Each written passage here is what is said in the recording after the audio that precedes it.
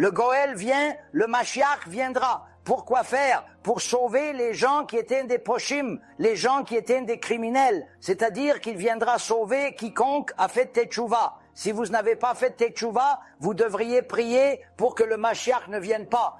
Si vous ne respectez pas le Shabbat, vous devriez lire les Tehillim pour qu'il ne vienne pas. Si votre entreprise n'est pas honnête et morale, vous devriez prier pour qu'il ne vienne pas. Pourquoi? S'il vient, vous êtes condamné. Il n'y a plus de Teshuvah après la venue du Mashiach. Et alors, seuls les Rechaim ont peur du Mashiach? Voyons. Oula, l'un des plus grands sages qui ait jamais vécu, dit qu'il vienne, mais que je ne le vois pas.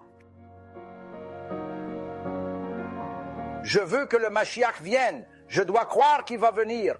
Aucun problème. Et je veux qu'il vienne. J'espère juste ne pas être vivant. Rav a dit qu'il vienne, mais que je ne le vois pas non plus. Rav est pratiquement sur chaque page du Gemara. Kodesh Kodashim, Sefer Torah ambulant. J'espère juste ne pas être vivant. Pourquoi? N'est-ce pas le sommet du monde, la sanctification ultime du nom d'Hachem? Pourquoi ne veux-tu pas qu'il vienne?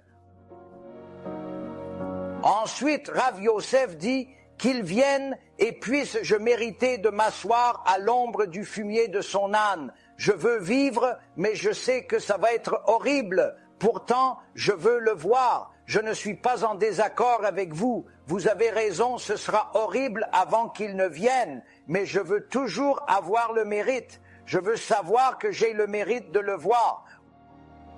Oui, mais cela signifie que vous allez vivre des choses horribles. Je dois le faire. Je dois le voir. Cela en vaut la peine. Cela en vaut la peine. Abaye demanda à Rava, un de ses rabbis, il lui demanda « Pourquoi ne veux-tu pas voir l'arrivée du Mashiach ?» Il répond « À cause des Chevlei Mashiach, à cause de la souffrance qui surviendra avant que le Mashiach n'arrive. » Alors les Talmidim de Rabbi Eliezer ben Horkenos ont dit le Rabbi Eliezer Hagadol lui demanda « Que peut faire une personne pour être épargnée de l'agonie précédant le Mashiach?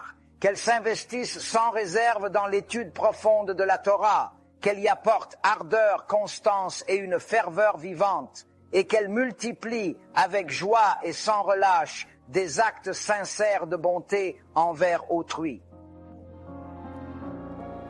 Que signifie s'occuper de l'étude de la Torah et des actes de bonté?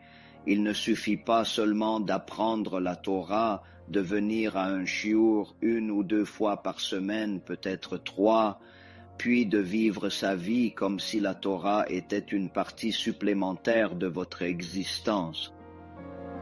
Car le véritable objectif de la Torah n'est pas simplement de l'apprendre superficiellement ou de l'apprécier comme un film. Le but de la Torah est de vous transformer, de vous améliorer, de faire de vous une meilleure version de vous-même. À la fin de chaque shiur, si vous n'avez pas pris au moins une chose à appliquer à votre vie et dire « Dès ce soir, pas demain, demain est déjà trop tard, dès ce soir, je vais être une meilleure version de moi-même en utilisant cet outil. »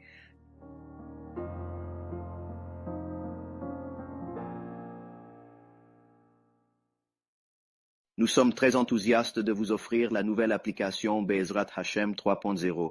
C'est une application plus récente et plus rapide, pleine de Torah, avec beaucoup de Kedusha dans les shiurim que nous faisons.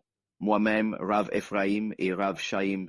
Vous aurez également de nouvelles fonctionnalités où vous pourrez utiliser l'application tout en utilisant d'autres applications sur votre téléphone. Vous pourrez partager les conférences directement depuis l'application. Vous aurez la possibilité de faire des dons en ligne et de soutenir notre travail de Kiruv et notre œuvre de Torah.